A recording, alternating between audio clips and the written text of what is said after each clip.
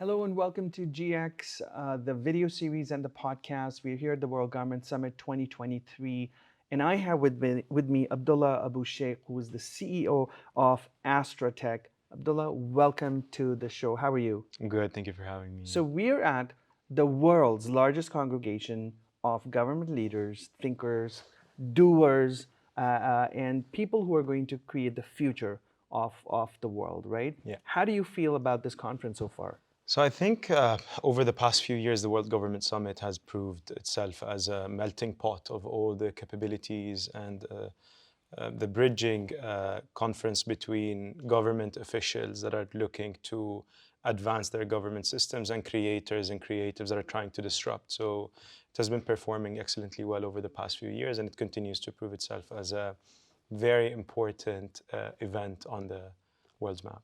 Yeah, absolutely. And there's so much going on. It's hard to be in two places at the same time. Tell us about your work at Astra Tech. What have you guys been innovating? So with Astra comes as a result of many years of building technology. So as of the past few years, a lot of people have been witness to what we call a tech meltdown, which is very similar to what we've seen in the 2000s with the tech bubble and with the dot-com crash.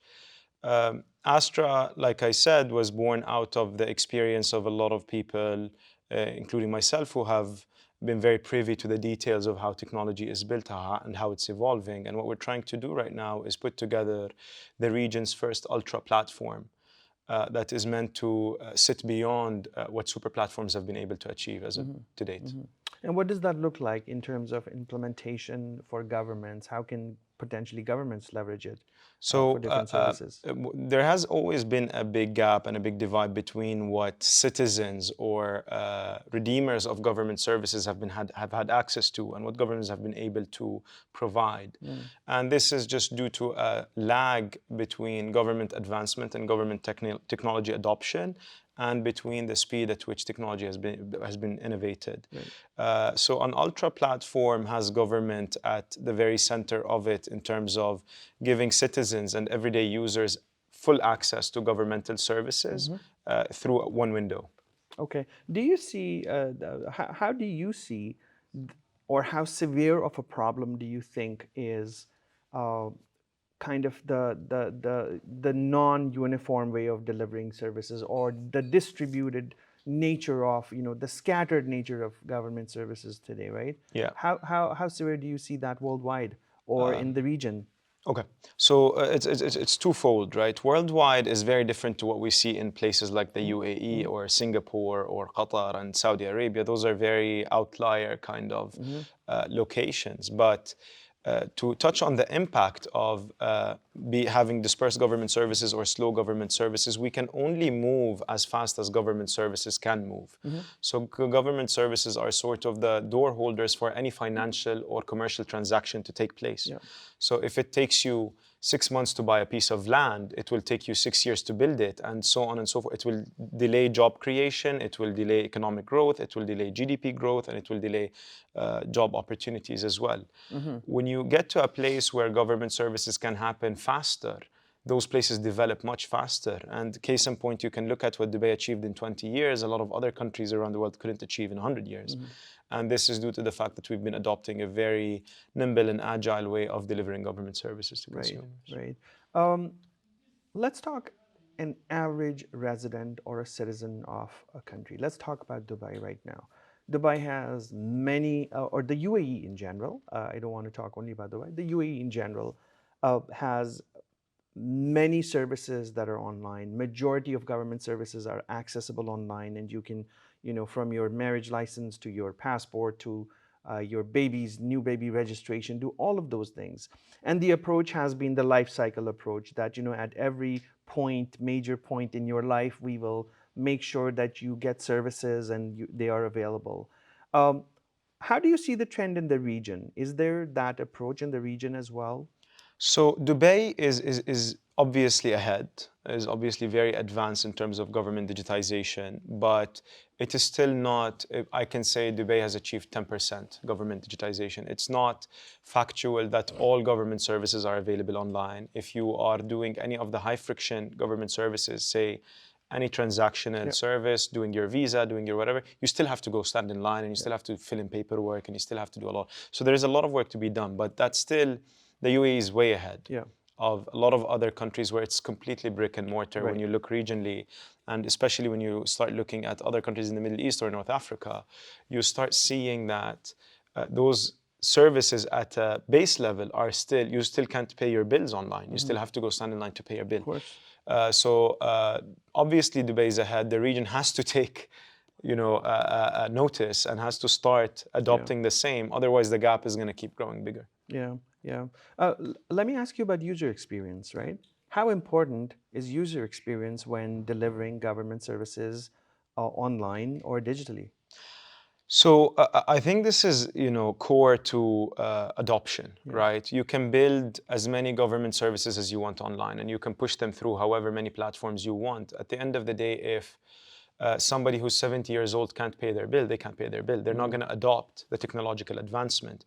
And this is where a lot of gap happens, where a lot of wannabe government service providers or wannabe government platforms fail and do not get any adoption, mainly because, as you said, the user experience is completely neglected. Yeah, yeah. And the reason why I ask this is because I see it. I see many different government apps and websites and portals, but the user experience needs a severe improvement. And I just want to highlight this, that since we are under kind of the umbrella of government experience and GX, the talks, the forum, the platform, it's really important that the government is never seen in the transaction, Yeah, right? You don't need to appear and make it apparent that, hey, I'm here true. to serve you.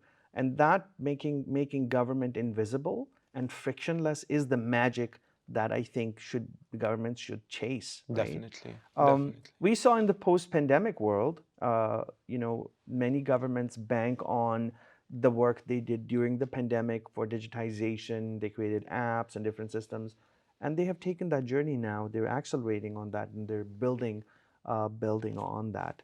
Uh, what do you think? What do you think some of the challenges are for governments in the next 5 years or 10 years to go through this journey? So I think the pandemic really blurred the lines between what is the role of government and what is not the role of government.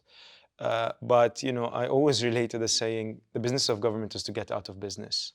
The government should not be a service facilitator. The government, like you said, should be sort of the invisible hand moving the market around and quality assuring the experiences.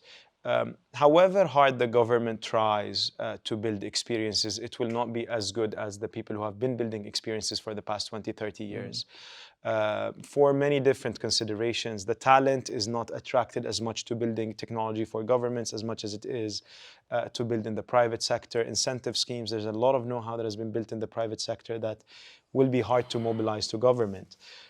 So I do think that a lot of governments have done a good job at adopting technology, but yeah, not necessarily building technology yeah. during the pandemic.